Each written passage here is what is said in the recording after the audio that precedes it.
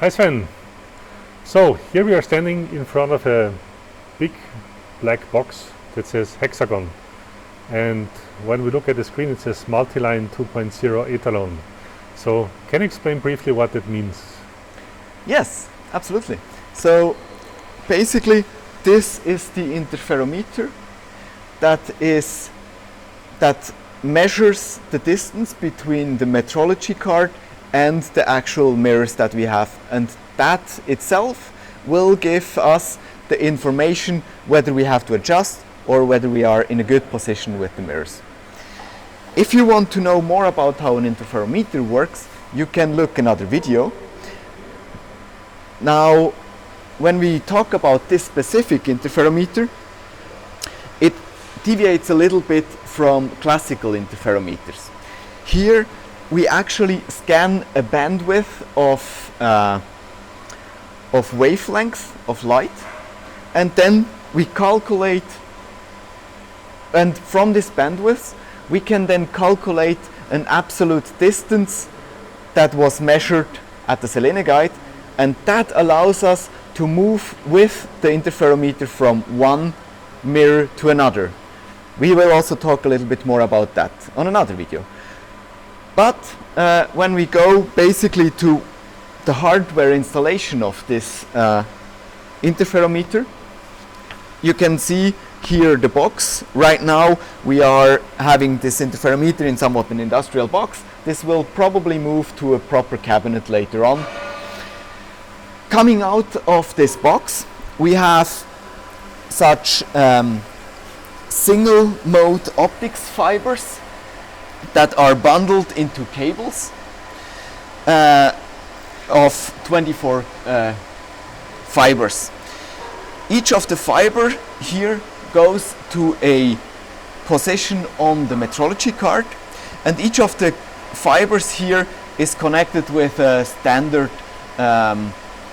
telecom connection connector, so therefore that's quite easily upgradable or changeable. Now when we go away from here, we go with this cable that will to the Selene guide vacuum vessel, and with this vacuum vessel we have the situation that we have a base plate basically that will stay in place, and we have a lid, basically a huge bathtub that we flip over and put over it, that goes away every time we have to have access. Therefore all the connections between the vacuum vessel and the outside world are in this base plate, and so are the optical fibers. So basically the optical fibers, they're coming up here, they are then connected to vacuum feed-throughs for optical fibers. Can be seen here on the left hand side. We tried to separate this optical stuff a little bit from the rest, because the optical fibers are somewhat sensitive to bending, and therefore we kind of try to limit the risk of damaging the fibers by separation. So if we look at these cables, we see the optical fibers on the left in yellow with the green connectors. Yes. And then you also have gray cables here that are also somehow interfaced with the vacuum system, right? And that seems to be like a different system that is used in comparison to the optics cables. So there's different types or different ways on how to make such a cable connection when it comes to vacuum to the outside world, correct?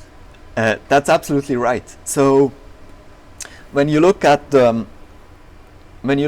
those classical electrical connections that we have here, here we had to manufacture our dedicated, our special flange anyway, so we were not limited to products that are already on the market, and we had to mount vacuum feed-throughs for the cables on this dedicated flange, and everything is basically a development from the instrument.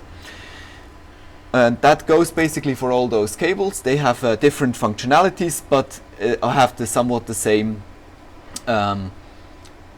the same way on how they are manufactured. When you go to the sizes of the flanges, there we went for a medium-sized flange because in general it is nice to have some flexibility with such a system. With the medium-sized flanges you could still reach through with a hand, for example, if everything is outside, but it is also still small enough that you can separate different types of cables. For example, we can in a electronics video discuss about why cable separation is relevant, but you can do that with such a solution very easily. On the optics part, on the other side, there are some standards that basically are followed because optics cables are usually used for telecom and they set the standard.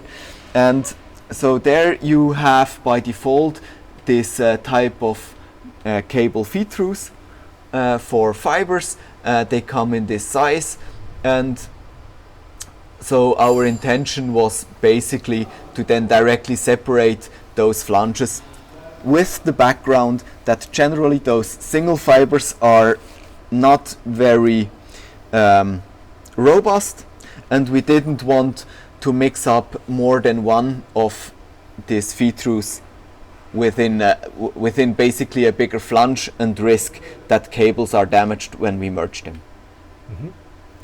Cool. Thanks a lot, Sven. You're welcome.